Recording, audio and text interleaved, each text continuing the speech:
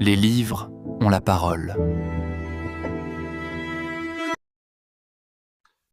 Imaginez une femme enceinte descend d'un train de marchandises.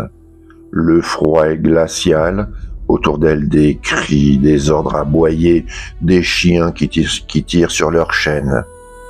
Elle ne comprend pas encore où elle est, mais elle sent déjà que quelque chose ne va pas. Elle pose une main sur son ventre. Là, il y a une vie, son enfant. Devant elle, des barbelés, des miradors, des soldats. Et au bout des rails, un nom qui fait frémir, Auschwitz. Elle avance, pas parce qu'elle en a la force, parce qu'elle n'a pas le choix. Et voici déjà quelques jours qu'elle est dans ce camp, les semaines. Et quelques semaines plus tard, le moment arrive. Son enfant va naître. Mais ici, il n'y a rien pour accueillir une naissance. Pas d'hôpital, pas de médecin, pas de matériel, juste une baraque sombre. Et pourtant, quelqu'un est là, une femme, une sage-femme. Elle n'a presque rien, mais elle est là.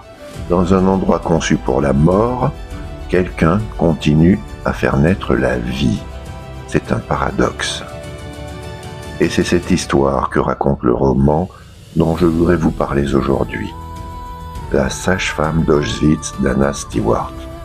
Ce livre est un roman historique. Cela veut dire que certains éléments sont romancés, mais que le cœur de l'histoire est vrai.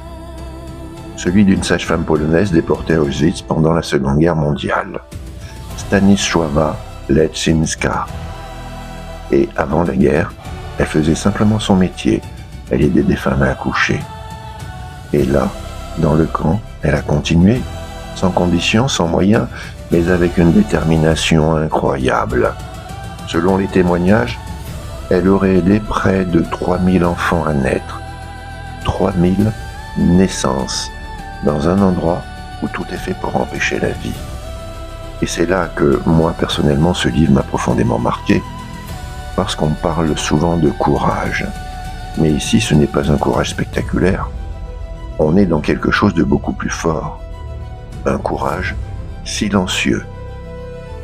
Celui de continuer jour après jour à faire ce qui est juste, même quand tout autour de vous pousse à abandonner. Parce qu'il faut imaginer ce que cela représentait. Ces femmes arrivaient